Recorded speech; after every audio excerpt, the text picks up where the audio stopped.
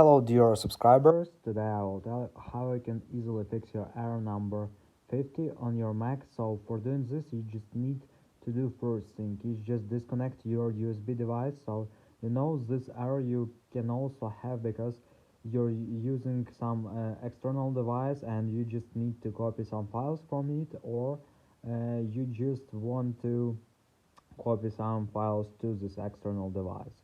So first thing you need to check is just disconnect your USB device and just tap on Apple logo, just tap on restart and just wait until your computer will open your system again.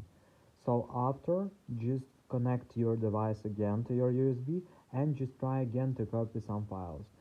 I hope that this method will work. Also, you can try if you have another cable, just try another cable to connect your device from computer to this device.